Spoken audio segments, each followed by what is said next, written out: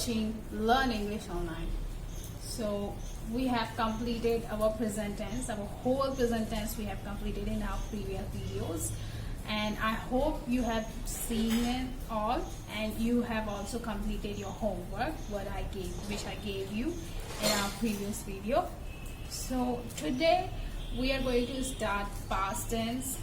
We will discuss all aspects of past tense, like past indefinite tense, past continuous tense, past perfect tense, and as well as other two.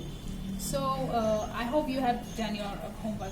I'm seriously trusting on you this way, so I can know that you are sincere students, and I hope you will be still sincere till the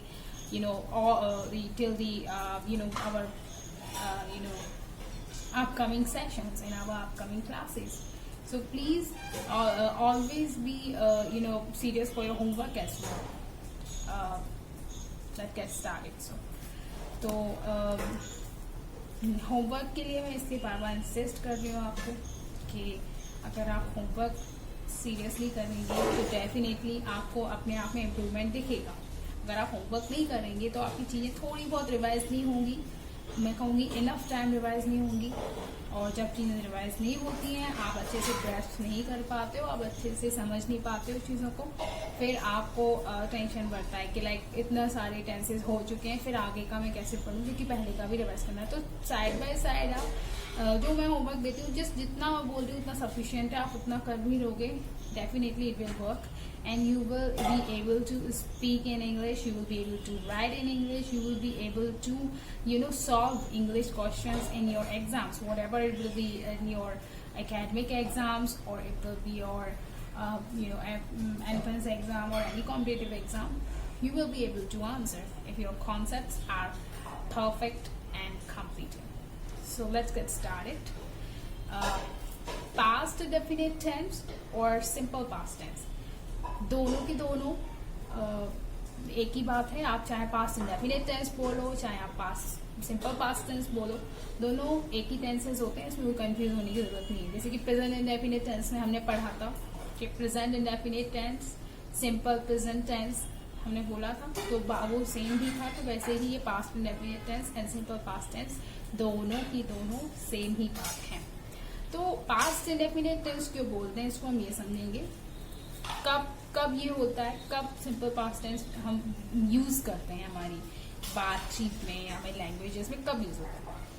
when we talk about a complete action of past, कोई भी action है आपका, ठीक है, कोई भी action है आपका जो आपने पास्ट में कंप्लीट किया है. जैसे कि आपने बोला कि मैंने अपना स्कूल भोपाल से कंप्लीट किया था, मैंने अपना स्कूल दिल्ली से कंप्लीट किया था, मैंने अपना स्कूल इस जो फलाने सिटी है वहां से कंप्लीट किया था. तो ये आप एक कंप्लीट एक्शन बता रहे हो. आपने स्कूल जो आपका था वो कंप्लीट किया था. कंप्लीट मतलब वो एक सेक्शन था, आपने स्टार्ट किया देन पूरा फिनिश किया, तो वो कंप्लीट एक्शन हो गया पूरा. आपने स्कूल स्टार्ट किया देन आपने कंप्लीट कर दिया, कंप्लीट किया. तो ये पूरा एक्शन आपको समझ में आया कि कैसे हम इस चीज को रिलेट कर पा रहे हैं कि एक्शन कैसे कंप्लीट. कोई भी काम आपने स्टार्ट किया देन खत्म कर दिया. जैसे कि आपने अपने फॉर एग्जांपल किसी कॉम्पिटिटिव एग्जाम की प्रिपरेशन है, आपने कहा कि मैंने इसकी मैथ्स की प्रैक्टिस मैंने स्टार्ट की थी और मैंने 3 महीने में कंप्लीट कर दी थी. तो आपने ड्यूरेशन दे दिया कि हाँ भाई 3 मंथ में मैंने क्या कर दी, पूरी की पूरी प्रिपरेशन कंप्लीट कर दी. मैंने अपनी जो मैथ्स की प्रैक्टिस है मैंने पूरे 3 महीने में कंप्लीट कर दी. मैंने 3 महीने में अपनी सब पूरी कंप्लीट.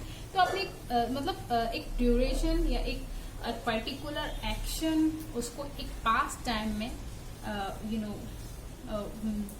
क्या कहते हैं रिलेट करके अपने पास्ट टाइम को बता के उस एक्शन को कि एक पर्टिकुलर टाइम तक वो एक्शन था एंड वो आपने किया था, पास्ट में किया था, नॉट इन प्रेजेंट.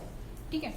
या दूसरी चीज है आपकी पुरानी हैबिट्स क्या, जैसे कि आपकी प्रेजेंट की हैबिट्स क्या होती हैं, आप जो काम अभी कर रहे हो. पास्ट हैबिट्स बहुत से लोग बोलते हैं ना कि मैं पहले स्मोक करता था, स्मोक बहुत से लोग छोड़ भी देते हैं, ठीक है ना।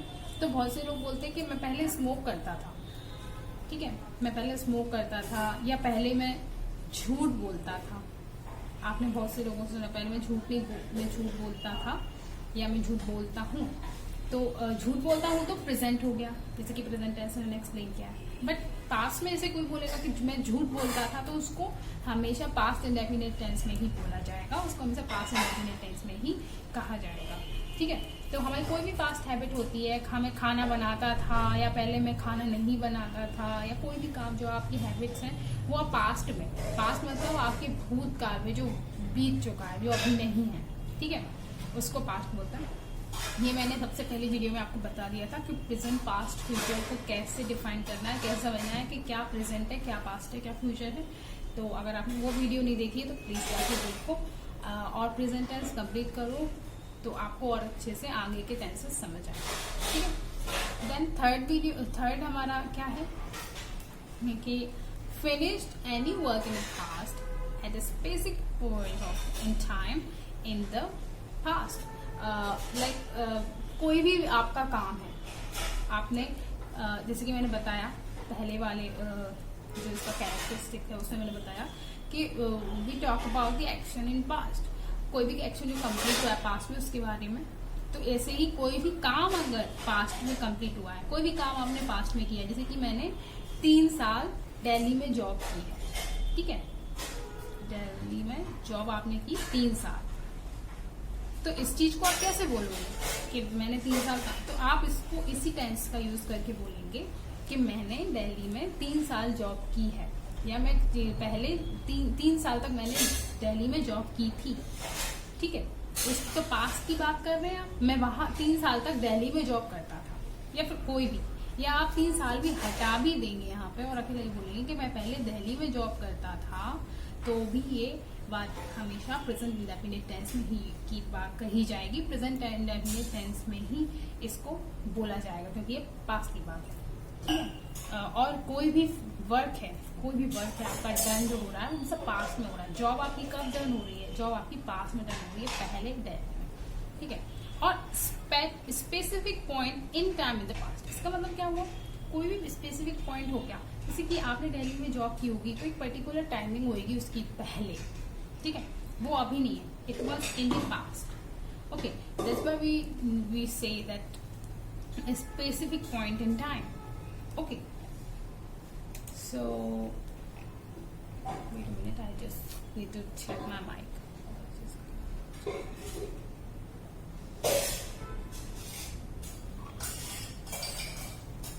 Okay, let's start. हाँ, तो अब हम इसके स्ट्रक्चर की बात करते हैं। इसमें स्ट्रक्चर में हमारे सब्जेक्ट आई, वी, यू, दे, जो नॉर्मल सब्जेक्ट हैं, ही, शी, इट, ये जो हमारे सब्जेक्ट्स हैं, ये हमारे क्या नॉर्मली जो हमारे सब्जेक्ट होते हैं वही हैं। सब्जेक्ट तो कहीं आपको दोबारा समझने की जरूरत है नहीं, ठीक है। इसके बाद इसमें वर्ब कौन सी यूज होती है, वर्ब ऑलवेज इसमें second form of verb use होती है, या आप इसको पास्ट फॉर्म ऑफ वर्ब भी बोलते हैं। इसमें कंफ्यूज नहीं होना है, वर्ब की सेकंड फॉर्म बोले या वर्ब की पास्ट फॉर्म ऑफ वर्ब बोले, दोनों में आपको कंफ्यूज नहीं होना है, दोनों बात एक ही है, कोई डिफरेंस नहीं है इनमें, ठीक है। और सब ऑब्वियसली देन हमारा ऑब्जेक्ट रह जाएगा कोई भी, ठीक है। इसमें एक और चीज मैं यहीं पे बता दूं आपको कि आपको अच्छे से रिलेट करके समझ आएगा। नेगेटिव जब हम सेंटेंस बनाएंगे, ठीक है, उसमें हमेशा जैसे हम डू और डज यूज करते थे प्रेजेंट टेंस में, इसमें हमेशा डिड यूज होगा, ओके। डू और डज ऑलवेज याद रखना जब हम कोई प्रेजेंट की बात कर रहे हैं। डू और डज ऑलवेज, मैं थोड़ा रिवाइज भी करा देती हूँ साथ साथ, डू और डज हमेशा हम प्रेजेंट में यूज करते हैं जब हम कोई पास्ट की बात करते हैं या फिर कुछ जो समय बीत चुका है उसकी बात करते हैं, तो हमेशा डिड यूज करते हैं। नेगेटिव सेंटेंसेस में हमेशा इसमें डिड का यूज होगा। डिड वही हम पहले सब्जेक्ट से पहले रख देंगे, डिड के बाद फिर सब्जेक्ट आएगा हमारा, देन हमारी वर्ब आएगी, वर्ब की सेकंड फॉर्म, और उसके बाद फिर ऑब्जेक्ट, ठीक है। तो ये सीक्वेंस चलेगी हमारी always and always. And did हमेशा यूज होगा, इसमें गलती से भी डज और डू यूज मत कर देना, नहीं तो प्रेजेंट टेंस बन जाएगा और आपकी बात पास्ट की होके प्रेजेंट में हो जाएगी। मतलब जैसे कि मैंने बताया, आप पहले दिल्ली में जॉब करते थे, अगर आप उसमें डज यूज कर देंगे या कुछ, तो फिर वो चीज हमेशा प्रेजेंट की हो जाएगी, ठीक है। और गलत इसलिए हो जाएगा क्योंकि हम प्रेजेंट टेंस में हम पास्ट टेंस, इंडेफिनिट टेंस में भी हम हमेशा जब डिड या डिड यूज करेंगे या नेगेटिव सेंटेंसेस बनाएंगे तो ऑलवेज डिड के साथ वर्ब की हमेशा फर्स्ट फॉर्म आएगी, ओके। कभी भी वर्ब की सेकंड फॉर्म नहीं आएगी। जब जैसे हम वहाँ पर भी हमेशा जब हेल्पिंग वर्ब यूज करते हैं किसी भी हमारे टेंस में, तो ऑलवेज और ऑलवेज हम वर्ब की फर्स्ट फॉर्म यूज करते हैं जब हम हेल्पिंग वर्ब में नेगेटिव सेंटेंसेस बनाते हैं, तो ठीक है। तो डिड के साथ ऑलवेज वर्ब की फर्स्ट फॉर्म आएगी। और जब हम सिंपल या अफर्मेटिव सेंटेंसेस बनाएंगे तो वहां पर वर्ब की सेकंड फॉर्म यूज होगी, ओके। तो इतना ही है, ज्यादा कुछ नहीं है। अगर आपने प्रेजेंट इंडेफिनिट टेंस पढ़ रखा है मुझसे, तो आपको डेफिनेटली इन वीडियोस में प्रॉब्लम नहीं हो रही होगी, ऐसा मैं मान के चलती हूँ, क्योंकि आगे के टेंसेस आपको इजीली समझ आ जाएंगे, क्योंकि हम ऑलरेडी हमारा जो बेसिक स्ट्रक्चर ऑफ सेंटेंसेस होता है वो हम पढ़ चुके हैं। तो उसी चीज को बस फॉलो करना है। थोड़ी सी वर्ब्स चेंज रहती हैं, हेल्पिंग वर्ब्स चेंज रहती हैं, ऑक्सिलरी वर्ब्स चेंज रहती हैं, अदरवाइज सेम ही रहता है टेंसेस में। और आपको थोड़ा सा बेसिक नॉलेज होना चाहिए कि कब कौन सा टेंस कहाँ किस तरीके से रिलेट करके बोला जाता है या कहा जाता है, ओके। तो अब इसके बाद हम इसके एग्जाम्पल्स पर आते हैं। एग्जाम्पल्स में इजी एग्जाम्पल से आपको बताना चाहूंगी ऑलवेज। हाँ, एक और चीज मैं और बता दूं आपको कि इसमें ही, शी, इट, यू, वी, दे या आई, वी, यू, दे जो भी है, इसमें ऑलवेज एंड ऑलवेज वर्ब की सेकंड फॉर्म आएगी। इसमें कुछ भी चेंज नहीं होता है, दोनों के साथ वर्ब की सेकंड फॉर्म आएगी, उसमें कोई भी चेंजेस नहीं होते हैं, ठीक है। अगर समझ आया होगा, अब एग्जाम्पल से और अच्छे से समझ आएगा। जैसे कि सबसे पहले सबसे सिंपल एग्जाम लेते हैं, लाइक आई स्टडी प्रॉपरली, ठीक है। मैंने अच्छे से पढ़ाई की थी। आई स्टडी प्रॉपरली, मैंने अच्छे से पढ़ाई की थी। इसका हिंदी क्या होगा? मैंने अच्छे से पढ़ाई की थी। I study properly, study second form हो गई, सब्जेक्ट है तो फिर वर्ब की सेकंड फॉर्म ही आएगी एंड हमारा ऑब्जेक्ट आ गया। तो यहाँ पर क्या कहते हैं, हाँ, इसके बाद इसका हम नेगेटिव जब बनाएंगे, नेगेटिव सेंटेंस जब हम बनाएंगे इसका, तो क्या बनेगा? जो मैंने बताया आई, इसकी हेल्पिंग वर्ब क्या यूज करनी है? Did not study, sorry, I did not study properly. हाँ, एक चीज शायद मैंने थोड़ा फ्लो में मिस्टेक कर दी। ये हम क्या कहते हैं, इंटेरोगेटिव सेंटेंस का वो है, ओके।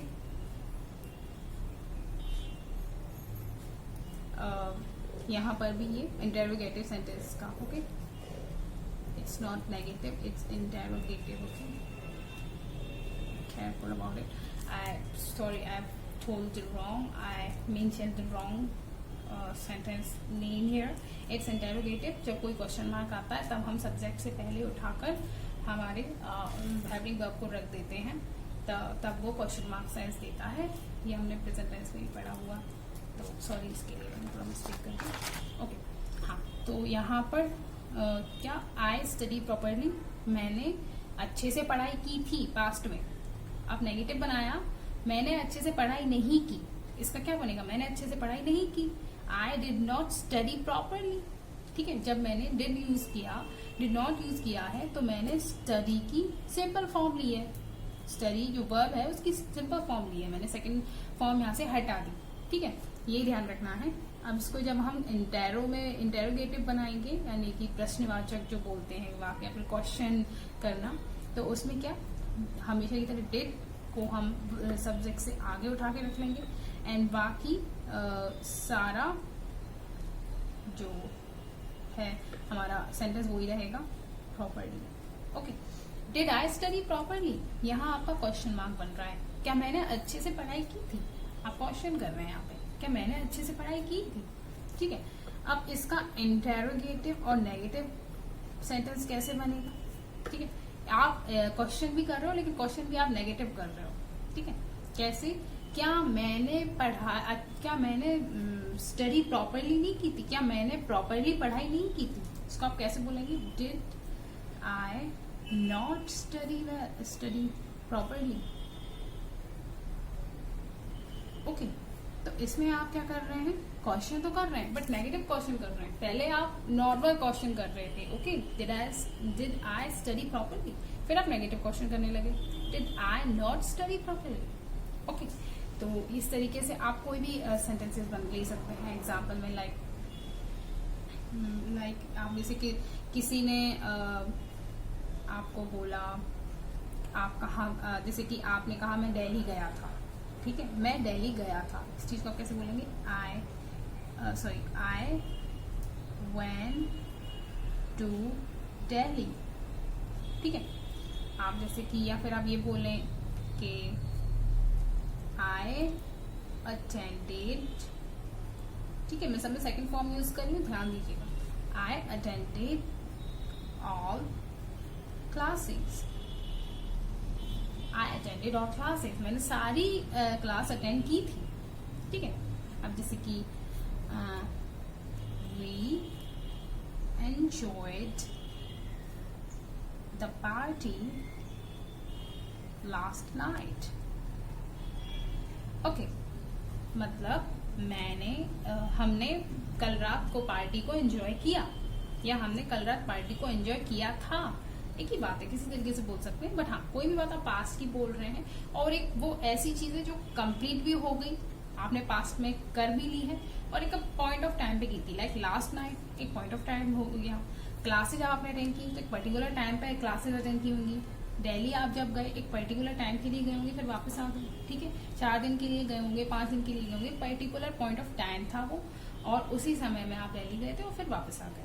ठीक है, इस चीज को ऐसे लेंगे। और हाँ,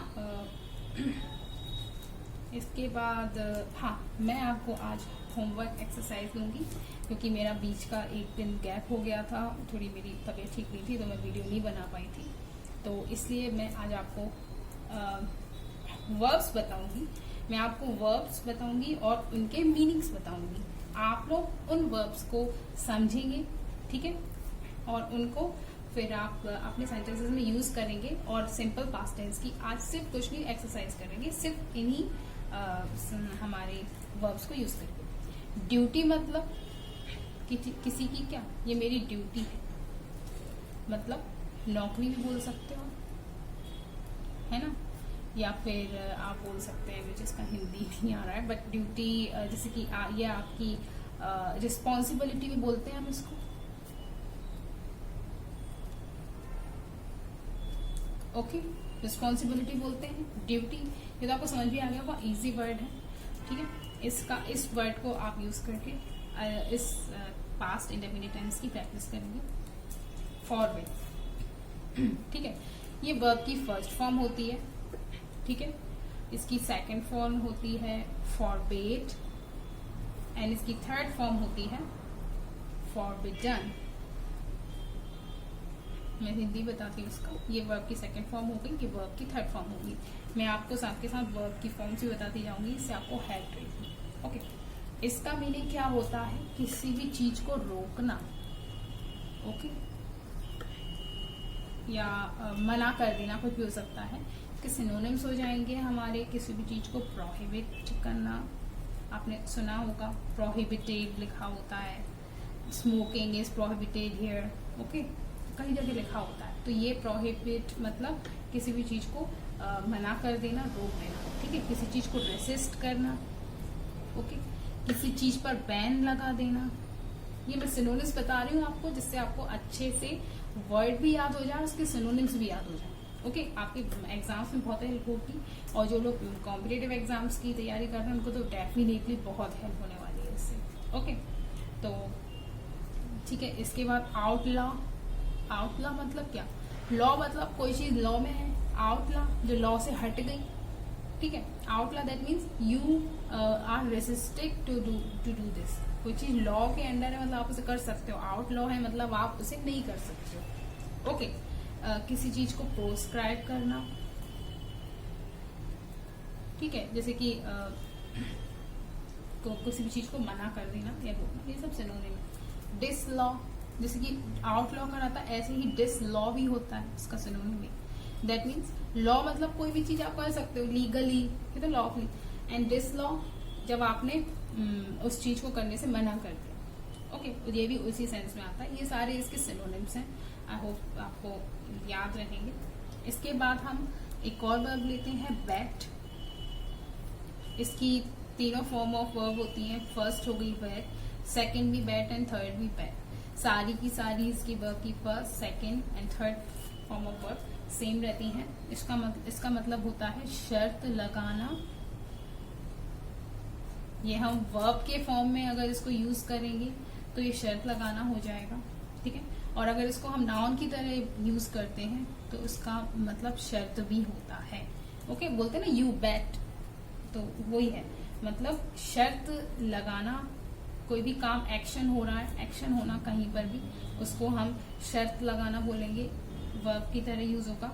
और जब नाउन होगा, लाइक ये मैं वर्ब, नाउन, एडवर्ब वगैरह इसके मैं आगे से वीडियो बनाऊंगी आपके टेंसेस कंप्लीट होने के बाद, तो आपको अच्छी तरीके से वहां पे एक्सप्लेन कर दूंगी। बट अभी मैंने ये बता दिया कि जब नाउन की तरह यूज होगा तब ये शर्त बोलेंगे इसे, और जब ये वर्ब की तरह यूज होगा मतलब शर्त लगाना। वर्ब मतलब कोई एक्शन हो रहा है, नाउन मतलब like some name of some action और name of some people like this. Okay, just remember it. Okay, तो इसके बाद इसके हमारे सिनोनिम्स देख लेते हैं।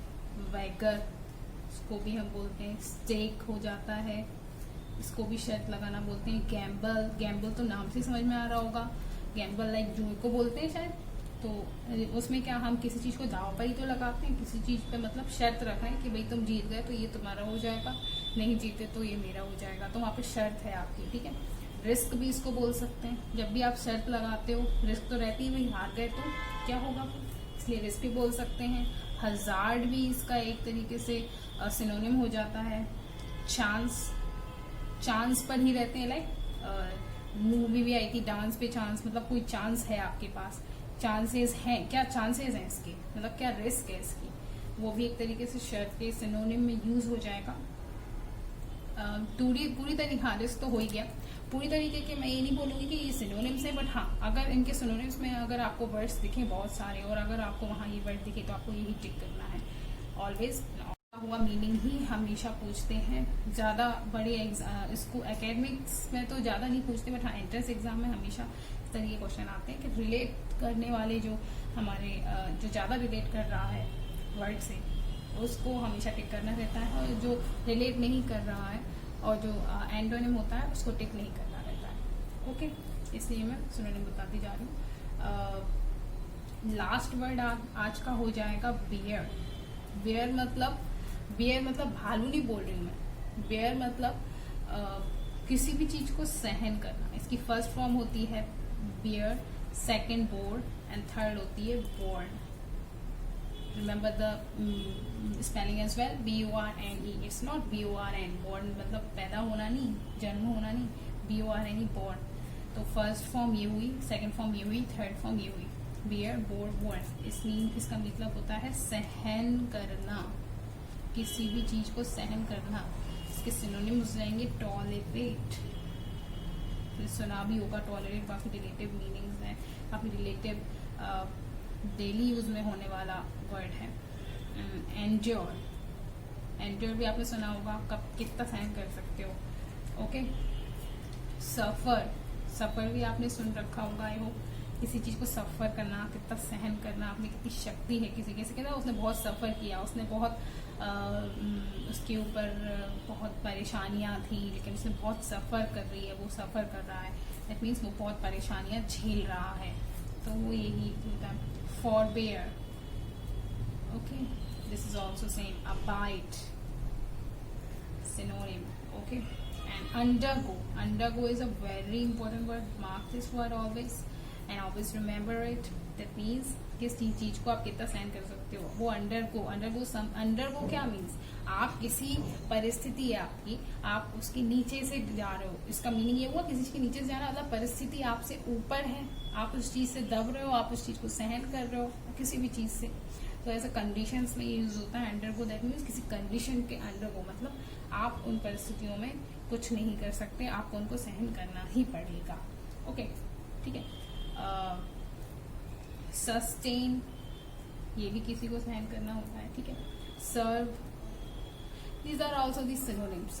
तो आई होप आपको ये मीनिंग समझ में आए होंगे। मैंने बताया है पहला duty, second forbid, third bat and four bear. Okay, किसी चीज को सहन करना, शर्त लगाना, ये हुआ किसी चीज को रोकना, या और ड्यूटी मतलब आपकी नौकरी या कोई रिस्पॉन्सिबिलिटी।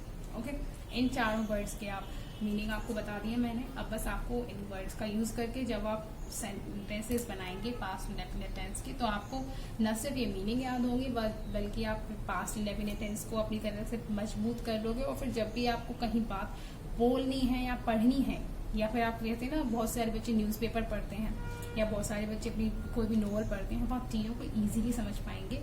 जब भी ये इस तरीके के सेंटेंसेस आपके सामने आएंगे, आपको पता लग जाएगा कि ये तो पास्ट में बात हो रही है, ठीक है। आई होप आपको समझ में आएगा आज का lesson. Tomorrow we will discuss present past continuous tense, so be there and complete all the remain tenses as soon as possible, and just go with the flow, and I know you will do it, you can do it, always remember this. Okay, till then, bye bye, take care and stay blessed.